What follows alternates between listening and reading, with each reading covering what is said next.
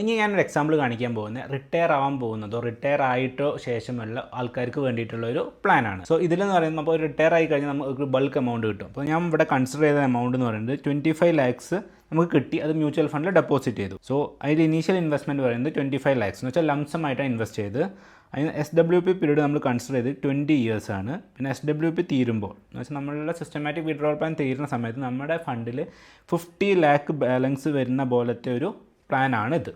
So ഇതിൽ ഞാൻ 2 scenario conditions consider ചെയ്തിട്ടുണ്ട്. നമുക്ക് റിട്ടേൺസിൻ്റെ അനുസരിച്ച് ഒന്ന് 12% റിട്ടേൺസ് വരുന്നതും ഒന്ന് 14% റിട്ടേൺസ് വരുന്നതും. 12% റിട്ടേൺസ് നോക്കുവാണെങ്കിൽ നമുക്ക് മന്ത്ലി ആയിട്ട് 21,000 അടുത്ത് നമുക്ക് SWP കിട്ടാനുള്ള ഒരു പാറ്റേൺ ആണ് കാണുന്നത്. അതുപോലെ തന്നെ ഇപ്പോൾ 14% കൺസിഡർ ചെയ്യുവാണെങ്കിൽ നമുക്ക് 25,300 അടുത്തുള്ള മന്ത്ലി SWP കിട്ടാനുള്ള ചാൻസ് ആണ് കാണുന്നത്. ഇത് ജസ്റ്റ് ഒരു എക്സാമ്പിൾ ആണ് എങ്ങനെ ഒരു SWP പ്ലാൻ നിങ്ങൾക്ക് ബിൽഡ് ചെയ്യാൻ പറ്റും എന്നുള്ളത്. നിങ്ങൾക്ക് ഇങ്ങനെ SWP പ്ലാൻ ബിൽഡ് ചെയ്യാനുള്ള സഹായം വേണമെങ്കിൽ ഞങ്ങളെ കോൺടാക്റ്റ് ചെയ്യൂ.